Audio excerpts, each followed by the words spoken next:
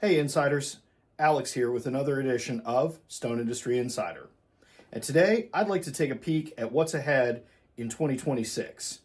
And much like the 2025 year in a review video that I just put up, I'd like to take a look at this question for WF Myers, Stone Industry Insider, WF Myers Equipment Rental, and Limestone Capital Software, so my companies, as well as the industry as a whole. So, ready? Let's go. So, with Stone Industry Insider, here's what you can expect in 2026.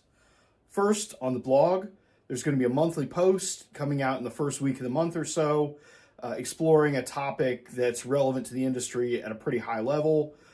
So that's one thing to look for. I am going to continue with YouTube videos. My goal is one video a week. And these are going to be a mix of tackling some of the higher end stuff that I touch on the blog, and also some more stuff that's in the weeds, in the nitty gritty, day to day stuff that goes on in the industry, stuff that people need to know, working in the industry, thinking about working in the industry. And then the other thing that's coming for Stone Industry Insider is I've got an intern that I'm working with, and he is a high school kid, really bright kid, but does not have a ton of experience in business yet, as he's only 18.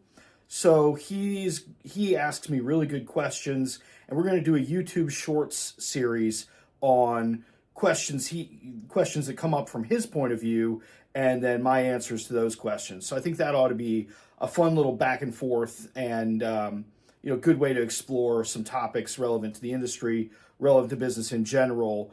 And I think it'll be interesting to see kind of his perspective and what questions that he has and what my answers to those might be. So stay tuned. That's all coming for Stone Industry Insider in 2026. So with WF Myers, the big focus in 2026 is going to be continuing to work on the investment that we made in our press equipment. And that's going to take a couple forms. We've got some new to us products that we're going to be rolling out, including diamond segments. We've got a test batch of those that should go even as early as January. We have already started testing a premium version of our narrow belt for the mill using our aligned diamond segments that are made on these new presses. So that's, we've just barely dipped our toe into the testing process there. There's a lot more work to be done on that front. That's coming as well. Then as 2025 has kind of unfolded, we've looked at this investment and thought, there's really another piece of equipment that we really need to make this go and kind of to in-house everything and give us sort of total control over the segment creation process. And that piece of equipment is a granulator. That's going to allow us to run a wider variety of powders, make a wider variety of bonds should we need to, and get into some really interesting stuff as far as where can we make changes to our segments and keep control over it, keep control over the lead time. So that's the focus in 2026 for WF Myers, is going to continue to be on building out our segment making capability and attacking some new markets and working on some new products and really nailing down the last details to make that part of the business go. So for WF Myers Equipment Rental, the goal for 2026 is to either decide to pull the trigger on a new piece of equipment that I've been considering, or work out the numbers on it and say, this really isn't for me at this point. But one way or another, a decision needs to be made there. So that's going to be one of the first things that I work on. And then for the WF Myers Quarry Saw that's rented through Myers Equipment Rental, my goal is to have that rented half the year. So 6 monthly rentals for 2026 would be just a terrific year as far as that company goes. And I've got one potential company who might have some interest in it, but other than that, it is first come, first serve. If you are interested in that, please let me know and we'll walk through the process. I also did a video that's available on my channel that kind of outlines the rental process and what that looks like. So if you're interested, go check out that video as well. With Limestone Capital Software, the The goal for 2026 is pretty straightforward.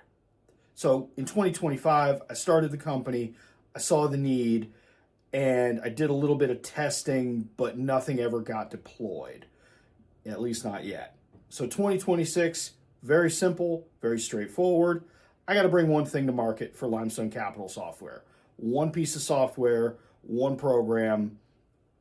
Don't know what it is yet, being real candid, not real sure what the appetite is for this, but I do see a need, and I think that the first step is to put something on the market, and I would love to end 2026 with a product that's available for sale through Limestone Capital software. So now here are kind of my thoughts on what the industry as a whole might look like in 2026. There are definitely some big picture things at play that are going to impact how 2026 shakes out for companies in the stone industry. The first and probably best news I've got is that there are some economics researchers who are already seeing some signs that point to a good back half of the year in 2026 for non-residential construction. And I don't know that I've got a better indicator to look at for, seeing how our fortunes and the fortunes of the industry might turn out other than non-residential construction, because so much stone is used in those projects. So the first half of 2026 might be a little soft, might be a little bit more of what we've seen in 2025, but then the back half of the year, we should see things open up, and we should see a pretty good run at least into 2027. Now, I do think there are going to be some headwinds that we're facing. I think we're going to continue to see inflation. I just don't really see how that's going away anytime soon. I think that for the last several years, we've had very, very low inflation. And I don't think we're going to get back to the crazy high like COVID and immediately post-COVID, but I also don't think we're going to settle in around 2% like we've seen historically for a long time. I also think hiring is going to continue to be difficult. Check out the video that I put together on Gen Z, and that really underscores the numbers behind the current hiring crunch. I think the labor market is just going to remain tight. Now, on the policy side, coming out of DC, I think it's going to be a much quieter year. 2025, there was so much in the news about tariffs, and in the stone industry, we are all playing with a global supply chain, so that's a huge impact. But I think that as we move into 2026, some of these policy changes are going to get sorted out. One way or another, we're going to have a new normal, and we're not going to be seeing changes in policy, changes in tariffs, things like that, as politicians are going to start turning their attention towards the midterm elections. So I think we're going to see a new normal, better conditions, not perfect, but better than 2025, more stable than 2025, and hopefully more growth opportunities than 2025 brought us. So there it is. There are my thoughts on 2026. So please jump in the comments. Tell me what I got right. Tell me what I got wrong. Let's talk about it. And then we'll look back a year from now and we'll see how much of this I got right and how much of this I got wrong. Because I'm sure though there's going to be some on both sides of the ledger there. So we will see. Now, in the meantime, if you want to be an insider, go ahead and subscribe to this channel. Or head on over to stoneindustryinsider.com, where you can sign up and get relevant content delivered right to your email inbox. I'm Alex. Thanks for watching. I'll catch you next time.